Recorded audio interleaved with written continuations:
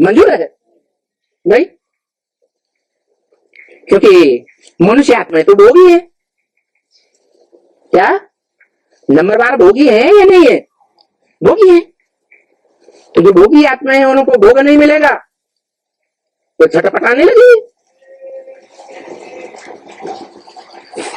तो बताया कि सिर्फ निराकार को याद करने की बात नहीं है, जो अंत समय में सिर्फ निराकार याद आए और उसका रिजल्ट ये हो कि लंबे समय तक धर्म पिताओं की तरह कहां पड़ा रहना पड़ेगा?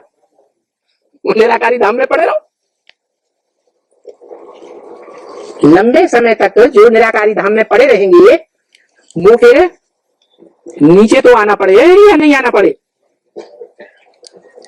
तो नीचे के युग में आएंगे या ऊंचे ऊंचे युग में सतयुग में आएंगे? नीचे युग में आएंगे। ये घाटा हुआ या फायदा हुआ? तो बताया सिर्फ निराकार को भी याद नहीं करना है, साकार मूर्तियों को भी याद नहीं करना, न ब्रह्मा को, न विष्णु को, न शंकर को, और आकारी को भी याद नहीं करना। वो तो भूत प्रेत होते हैं।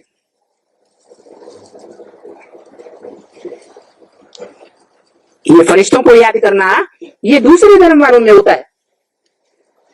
भारतवासी साकार देवताओं को याद करते हैं या भूत प्रेतों को याद करते हैं? जो नीची कोटि की आत्माएं होती हैं वो भूत प्रेतों की पूजा करती है, और हम बच्चे तो देवी देवता धर्म के हैं, तो देवी देवताओं को मान्यता देंगे या भूत प्रेतों को मान्यता देंगे? देवी देवताओं को मान्यता देते हैं।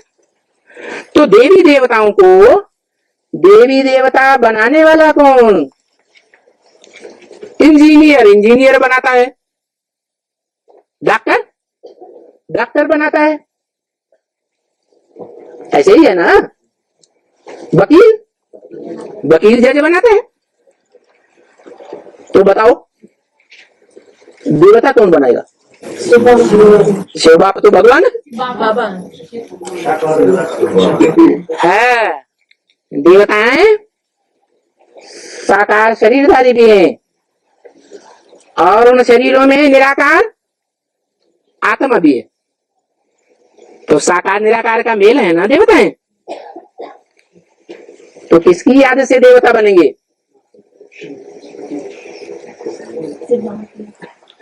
इंजीनियर टीचर बनता है तो स्टूडेंट को इंजीनियर याद आता है, उसकी पढ़ाई याद आती है।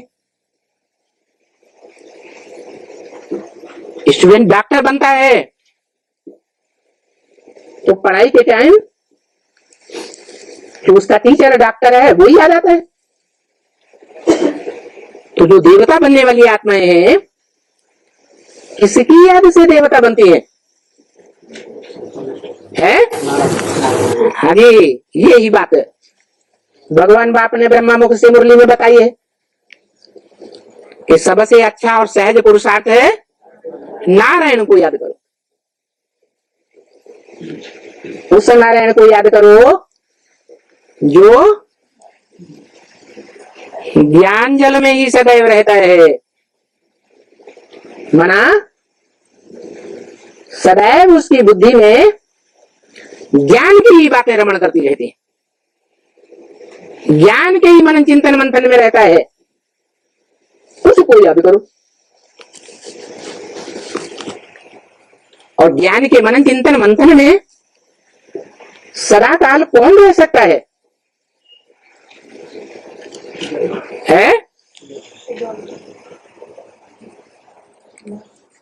कौन रह सकता है? गोरी आत्मा रह सकती है जो सृष्टि के आदिकाल में भी नर से नारायण बनी थी और जिसके रथ में मुकर्रर रूप से निराकार भगवान बाप ने प्रवेश किया था। मुकर्रर रूप से किसने प्रवेश किया था? भगवान बाप। भगवान बाप क्या है? अरे क्या है? ये साकार निराकार। भगवान बाप। हाँ, जो बाप है आत्माओं का वो है ज्ञान का अखूट भंडार। ऐसा भंडार, अखूट भंडार, जिस भंडार में से अगर कोई ऐसा सशक्त पाठधारी स्टूडेंट है कि सारा भंडार निकाल ले तो भी क्या बचेगा? पूरा का पूरा बचेगा। पूरा का पूरा बचता है, खूटता ही नहीं। वो बाप कहते हैं ब्रह्मा के तन से कि मैं जब आता हूं तो तुम बच्चों को नंबरवार आप समान बनाकर जाता हूं। तो कोई अव्वल नंबर 100% बाप समान बनेगा या नहीं बनेगा? जो बनेगा वो भी अखूट होना चाहिए या खूटने वाला होना चाहिए? है अखूट होना चाहिए। ऐसे नहीं कि इब्राहिम बुद्ध क्राइस्ट की तरह संघ के रंग में आते आते एकदम फा हो जाए।